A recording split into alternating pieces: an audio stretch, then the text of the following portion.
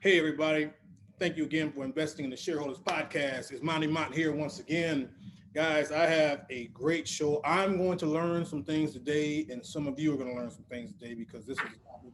I like talking about things that I have no idea about, and that's what we're going to do today. I have two experts. Well, first, let me tell you again, if you don't know. So, yesterday or the day before, news broke that the singer Rihanna was down in the billionaire category. Now, for people of color, that is very significant. It still is a big thing when we put a B on it. So, of course, I looked into it. I kind of had a feeling. I'm like, well, this must be something with her business. And it was. And it was with her makeup company, Fenty Beauty. Now, again, I'm not qualified to speak on that. So I had to get the two most knowledgeable people I know about makeup to break it all down for me today. So I have with me, I have my younger sister and then my little sister. We'll say it like that. So my younger sister is Mrs. Rachel Van Cobb. How are you today, ma'am? I am wonderful, Monty. Thank you for letting me go with RVC because that's too much to say. It's too long. We're just gonna call you RVC from now on. I agree. Yes, so welcome. Thank you for being on. Then I also have Destiny Green, or Dr. Des, all the way from Mayo. She's here, becoming an oncologist or whatever she's doing. So how are you today? I'm feeling good. Thanks for having me. Wonderful. Okay, so ladies, let's get into it. Now, first of all, guys, you got to understand something. Rihanna, and let me quickly get my stats. Rihanna is an extremely successful singer. I mean, I think most people still know her. If you just say that name, oh, that singer, people might know the name. She's had 8 albums, 2 remixes, box sets, extended plays, and has sold over 250 million records, okay? 250 million. I started doing math, and just based on that, you would think she'd be in the billionaire categories, depending on how much they cost and buy. But the music business, everybody's taking their cut. So she's wealthy, but she's not a billionaire. Right. And I want to say, I believe it was 2013, she licensed her name. Her last name was Fenty, and she started that for business. And she parlayed that into makeup. So I want to ask, first thing, when you guys heard, oh, she's doing a makeup line, did you kind of take it serious, or did you feel like this might be a novelty thing? RVC, I'm gonna start with you. How'd you feel when you first heard, like, oh, that girl's doing a makeup line? How'd you feel about that?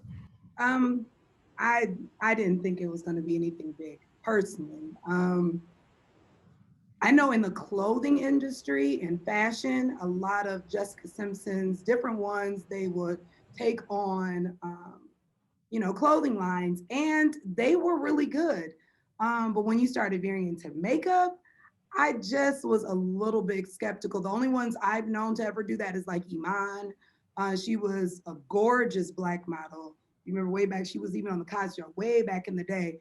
And she had a pretty decent line for women of color. But I hadn't seen too much after that. So I wasn't all in on it. Not like I am now, because now I am a supporter. Right. Okay, Dr. Des. Actually, I have a different view. I was all for it. I remember when it dropped. I think it dropped in like 2017. And at that point, that's when YouTube was really getting hot. So like all of the big YouTubers, makeup gurus, they were all raving about it. Like Rihanna's coming out with a line. And I think at that time, she was also just coming off of her last album, which was like huge as well. So I think during that time, and that's also when I was starting to get into makeup. And so she had launched her foundation line, which was super inclusive for dark skins, medium skins, deep tones, and things like that. And so when I saw that, I was like, oh yeah, like it's gonna go off, especially because all the big YouTubers, they were raving about it. Like they were so excited and they really thought it was gonna hit. And the thing about YouTube, they always get PR packages first. So a lot of the YouTubers were trying them before it was even, sent out to the general public. And so everyone was like, it's amazing. The color shades, everyone had a shade for themselves. So after seeing that, I remember I had bought it the same day that it had dropped. So I was super hype about it. So yeah. Well, and see, I really feel like you guys are kind of a reflection of the marketing where you really probably targeted the YouTube group. Mm-hmm. Everybody that's big on YouTube. RVC, you probably wasn't big back then on the YouTube scene like you are now. So you were just like, okay, whatever. But for Des, it was like, oh yeah, okay, this is happening now. And a little side note, the person that got me onto Fenty was Dr. Oh yeah. Because I wasn't even for my wedding. It was. Yeah. And I was like, don't play on my wedding day now. Yeah. And that was the look. It was great. Yeah, okay. See, well, there we go. And and honestly, that's what they probably were. These people in marketing, they plan this stuff out years ahead. And they feel like we target this, then this will do this will this have a domino effect. So some quick stats. Within 1 month of release, Fenty Beauty sales were valued at $72 million and sold out products just like that, UK everywhere, and became the biggest launch since MAC, and it actually kind of surpassed MAC's launch, which I've heard of MAC. They're saying now, I mean, by the end of 2018, there was over 500 million in sales, and just the growth of it. So now Dr. Des kind of alluded to it. And when I talked to RVC to begin with, she said one of the big things is that it was for a lot of skin tones and things like that. Now, okay, RVC, break down what that is, because I don't really understand what skin tone is or what other makeup lines don't do that she's doing, but can you tell me that? Yes, she was, I was pretty impressed because most makeup lines that you have from your high end, like Chanel, which again, it's more the name, I'm just gonna be honest, and your Estee Lauder and different ones that have been a L'Oreal to your drugstores. Maybelline, people were not hitting our melanin colors. They were very good in colors that deal with more Caucasian, European.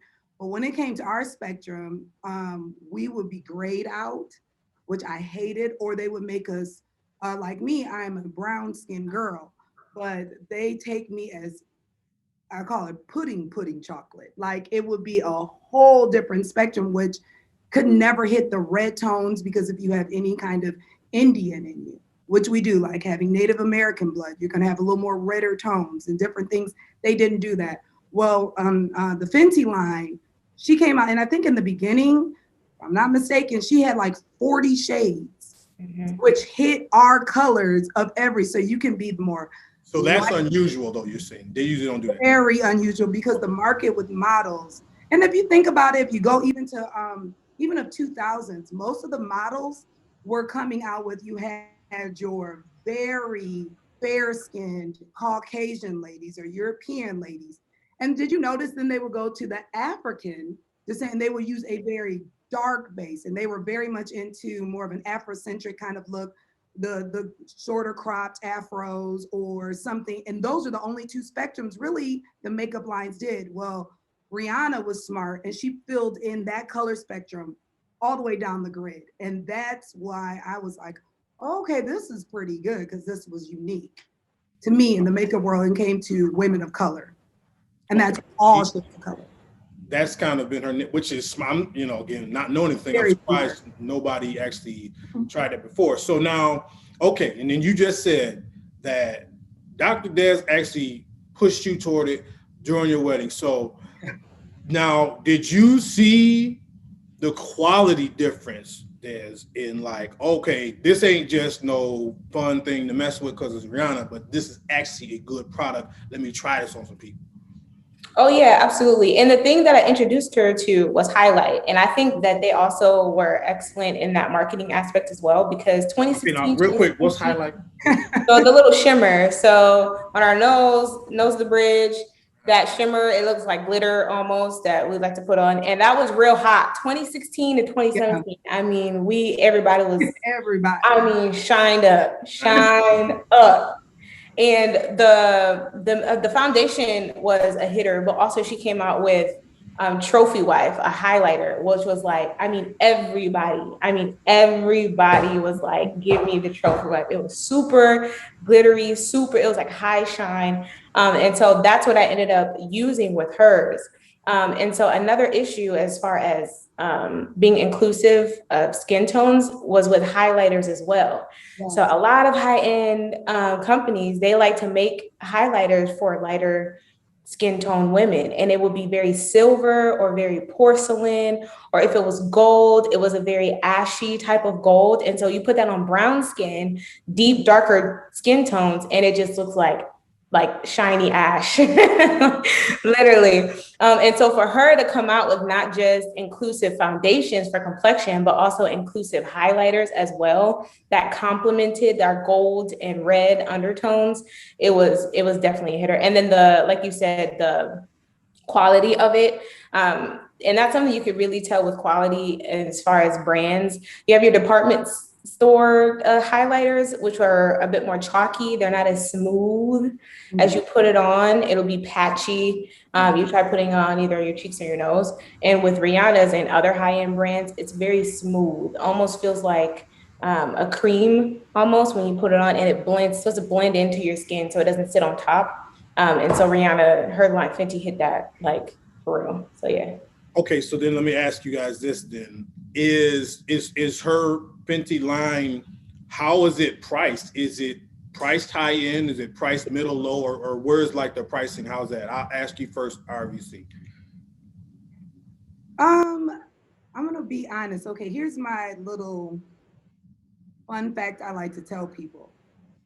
I am learning nowadays, and you can quote me on this, that you can rob and take somebody's wallet and it'll be less than what's in their makeup bag. There's more value in their makeup bag than your wallet. And like Dr. Does, be honest, it is true. Just, it's true. Like some people's makeup bag, I'm being honest, has over $300 worth in their makeup bag that they're carrying, minimum. Some people's makeup drawers go into that, and you wouldn't even carry that around in your wallet. Mm-hmm. So I was slowly converted, and I'm still a drugstore girl. Okay, what that means is what's that mean? Okay, like I still shop my drugstore, and that's your Maybellines, that's your L'Oreal, that's CoverGirl. Okay, those are drugstore priced makeups, and I don't use all of them, but I do use some that still work, because for me, I do like to, I do like to look nice or whatever, but some of the prices I just cannot get with, where I don't see a difference. Like if I need a black eyeliner and my Revlon is sharper than buying something from NARS, buying something from Estee Lauder, buying something from Fenty, then I'm just going to do that until black is black to me. So when I saw Fenty's prices, unless you're giving me something I cannot get for cheaper, then I'm going to go for it. So again, I had to use the higher end like hers, because her foundations can run with like $36, $38 up versus like a drugstore one. And everybody's fighting over this called Maybelline Fit Me. A lot of people think that is the holy grail now, because you buy that at a drugstore for $10. Okay, so you got 40 versus 10. But like Destiny said, sometimes when you look at it on the camera, the being able not to be so transferable, meaning, how a saint maybe hug you or somebody hug you and then they stay with you for the rest of the day. Yeah. Good makeup shouldn't be doing that. Or every time you touch your face and you touch down and it's all over the place, it shouldn't do that. So some people take their pros and cons from it. So I'm kind of in between. I do think hers are a little higher price. It's not over the top where people cannot afford it, And I'm learning people gonna do what they want to do. Even in a pandemic, folks are still buying what they want to buy. But I do think hers is definitely more pricier than your drugstore. You just got to find the quality of it, or maybe the inclusiveness. Like, I cannot find this skin tone any other place, or a highlighter that's just as good. But when you getting into my eyeliners, and I'm sorry, I'm still kind of old school.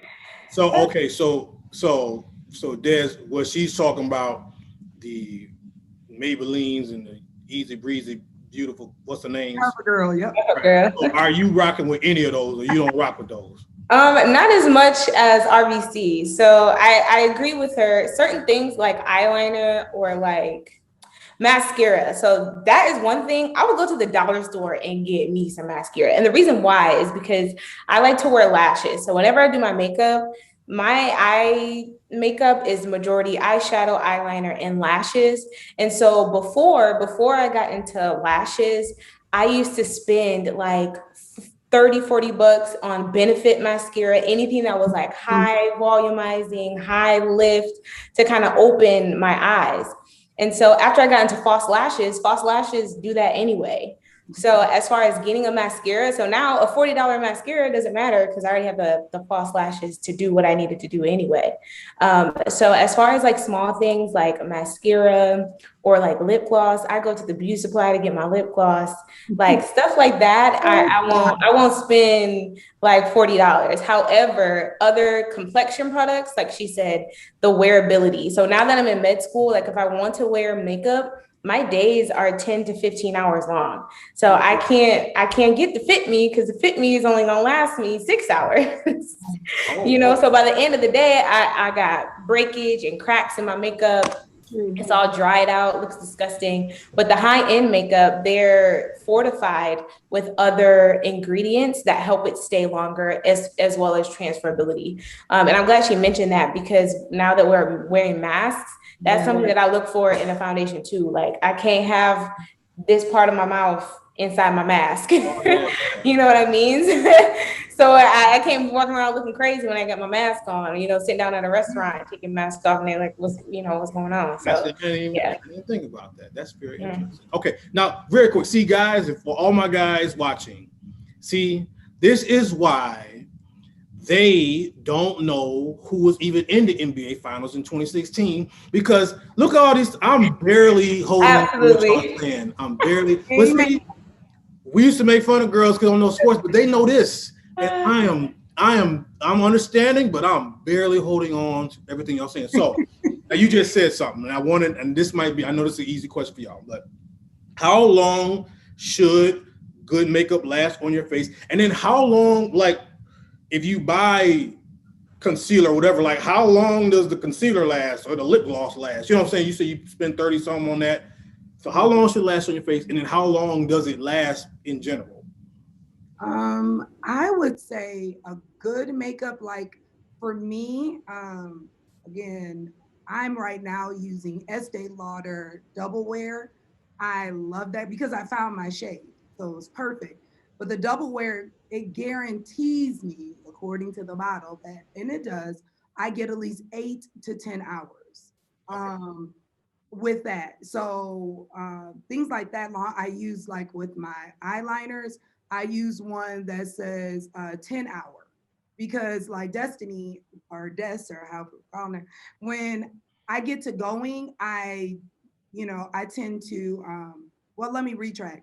Back in the day when I only use all drugstore products, I will say that I was touching up my face. And you remember this, Des, like every 2 hours. I mean, I had powder going because I hated the shininess and having 2 different colors or whatever. So I kept touching up my face over and over.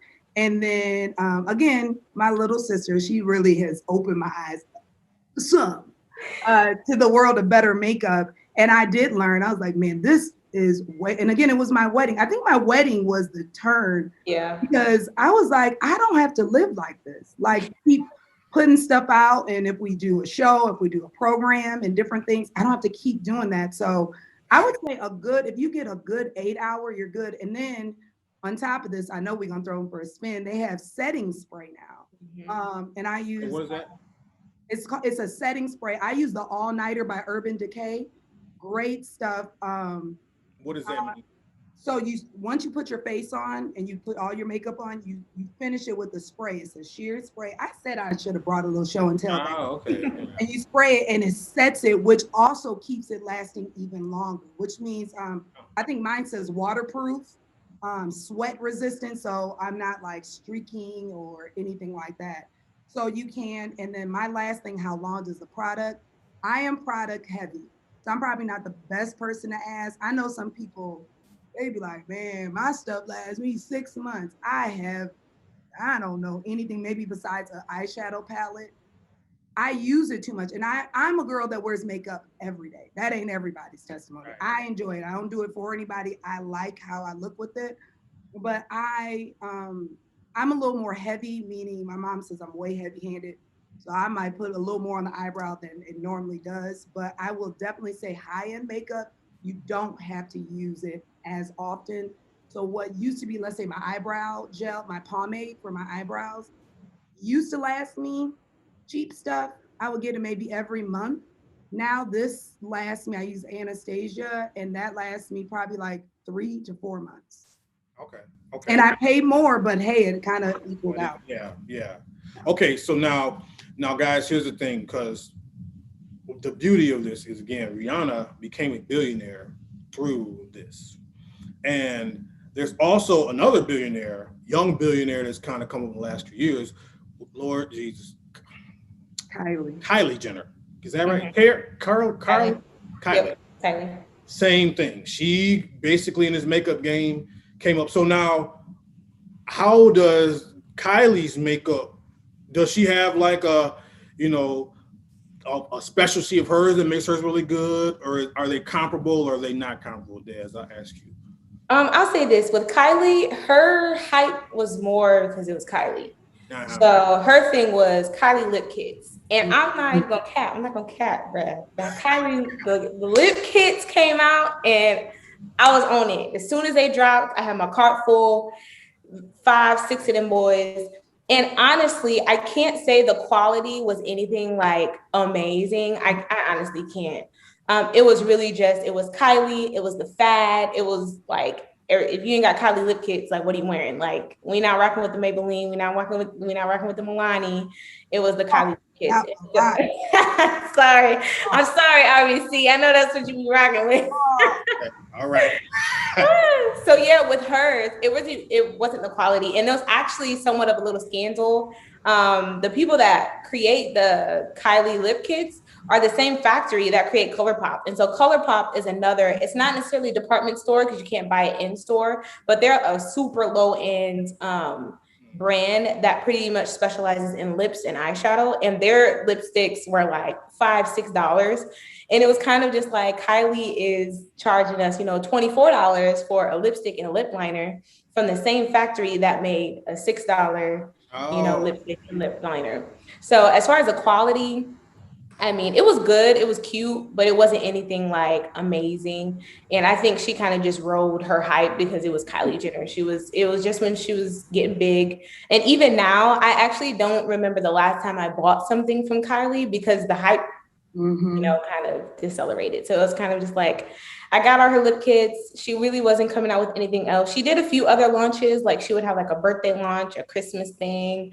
But like I said, the quality just wasn't like with her other high-end competitors. So, yeah. I remember it was a big, big deal. I do remember that. I didn't know what they was talking about, but it was like, she's got her own makeup thing. Yeah. They say makeup line. I just know there's so many different things. I didn't know what it specifically encompassed, but that's actually, okay, that's very interesting. So we're about to finish up. I have learned so many things, guys. I remember I had Beauty by Brie on, but we more so talked about her career and things, but we really didn't get into these deep woods. So then I'll put it like this. Has Rihanna, with this makeup line, opened up doors that the other makeup lines have now followed? Are you seeing more the Estee Lauder or whoever, or is anybody else now doing more for women of color? I ask like that. I would definitely say yes. again, because I would not have gone to the Estee Lauder if because they were not selling my color before, rich cocoa. That's the color I use. There was no spectrum like that. I think Rihanna put a good pressure, a good heat to, hey, start noticing the women of color and that we are all different shades. Like, specialize in the red tones. If you have more of the yellow, golden tones, specialize in that. Find out that we do have some hyperpigmentation in our skin. So some of our skin, we have like we have a darker eye base or whatever. Help us out and not just give us. It was kind of like, here's your one thing, now go with it. And I think that they definitely Maybelline Fit Me. Oh my gosh, now they have what, like 60 different shades. So now they're really trying to say, hey, no, pick me, pick me. I got all your shade colors here. Mm-hmm. All I would tell them now is try to invest in something that's more long lasting, quality, because now that's what we need. Like Destiny is saying, we don't need stuff that's all in our mask. You know, you still may have places to go and things to do in the pandemic. I don't want to, every time I give my husband a hug, he's like, oh my gosh, like it's all over his shirt. I don't want it all over my clothes. So if they would do that, I think they would have just of a good of run, if not better, than Rihanna. But right now, she's tackled that. So, Dr. Des, is there anything you like to see with the makeup community that Rihanna's done that you want to see more of? Oh yeah, it's pretty much just with inclusivity and shade ranges. And one thing that she hit on, a lot of the high-end companies, what they like to do is they'll have a super broad range of like light shades. So let's say they have a foundation collection of 60 shades. Literally 45 of those 60 are for Caucasian women, like, and all of their undertones, all of their differences for their pigmentation, for their redness, etc. And literally we'll have like 10 to 15 shades to choose from. And it's kind of like how, like if I'm a darker skinned individual, and I'm talking about people on the super rich cocoa spectrum, they oftentimes don't even have a choice, because they oftentimes, honestly, a lot of makeup brands will stop the shade at me. That's their deep dark. So a lot of times you'll have a foundation shade, they'll be like rich cocoa, deep dark, deep tan, deep sand, and literally it will stop at that. And so you won't really get a lot of our melanated, our super rich melanated females. They won't have a shade. And so oftentimes I've talked with several women, they would have to use, like, for contouring, they would have to use black eyeshadow, or for their eyebrows, they would have to use black eyeliner, because like in other spectrums of, you know, your makeup collection, they just don't have enough shades to cater to women of darker, and I'm talking deep dark complexion. For a lot of the high-end brands, deep dark to them is a nice tan, and I'm just like, man, we got more women to include. See, that's, to me, that's amazing, because I feel like, you know, people of color, our spectrum is so much bigger than people like Caucasian people. So I wouldn't understand. Like, I used to sell shoes at Nordstrom, and women's shoes. And at Nordstrom, we literally went up to a women's size 13. Now, the crazy thing about that was we didn't get many, but the women that wore that size would call us and say, I don't care what you get, call me when you get something, I will get it, because they just wanted. And I'm like, there's a market for this if they would, you know. So I would think with the spectrum of even Latino women and African-American women and, you know, mixed race people, there's so much more. I'm surprised that Rihanna is kind of the first one to really tap into that, but we obviously see it's made a great dividend for her. And now I see seems like now they're all starting to come around slowly. But wow, guys, I can't thank you enough. RVC and Dr. Des have taught us today. I mean, gentlemen, if for those of my male viewers, make sure you keep this on repeat. You can impress your wife and let her know some things. You know, I think you should contour more with a deep cocoa and add your eyeliner. You know what I'm saying? And hey, so thank you. I can't thank you guys enough. This was really great. Again, you guys, you see this, and I want to say this as well, because again, Rihanna was a singer, but she expanded her brand, and she didn't just stay in that singing category. She obviously got around some business people, learned some things, took the makeup thing. And we talk about this so much on this show, is that, you know, you can have a gift and let your gift make room for you. But you don't have to stay in that place. Expand. You don't know what other talents you might have. So I can't thank you guys enough. You know what to do, how to follow us, our favorite things. Shareholders Podcast, Mighty Sharp Network. Guys, is there anything else you want to say before we go? I'm sorry. Is there anything else? You guys got everything out? I'm good. I think I'm good. Oh, if somebody does want to give a good venture out, colored stocking. This is my game. Now, okay, that's my thing. Okay. Listen, Okay. for the pandemic, I literally was researching that, and I did a canvas at my church. Now, okay, I did a canvas at my church because I remember Michaela was late and Praise Nation was singing. I said, "Where's you at? You was late." She said, "I got a run in my stocking. I had to run to 7-Eleven." I said, 7-Eleven or something, wherever she went. And I started thinking, I said, well, I was like, well, wouldn't it be nice if you had like a vending machine or something? She's like, oh my God, yes. And I asked a lot of women in my church and they said, you have no idea. So I'm currently now trying to find. And get them in different shades of brown because we do not, they are not represented. Now, that's know nothing about it because she refuses to wear them. Absolutely. But for the rest of us, nobody is, I don't know why the industry, they do not do color to brown. That's what people were telling me. And they said, see if you can find some. And I got no idea how stockings work, but I said, really? And they said, yes, we need this shade, this shade. And we'll pay money for them. I said, okay. So, yeah, you might see a little line from old Monty might coming out. But guys, thank you again. Check us out. We need you to like, subscribe, please, man. We got some new shows coming out. We got some new things coming as well. Stay on Mighty Sharp Network. You know what to do always. Be blessed and stay sharp. Ladies, thank you so much. All right. Thank you. Glad to be here. See ya.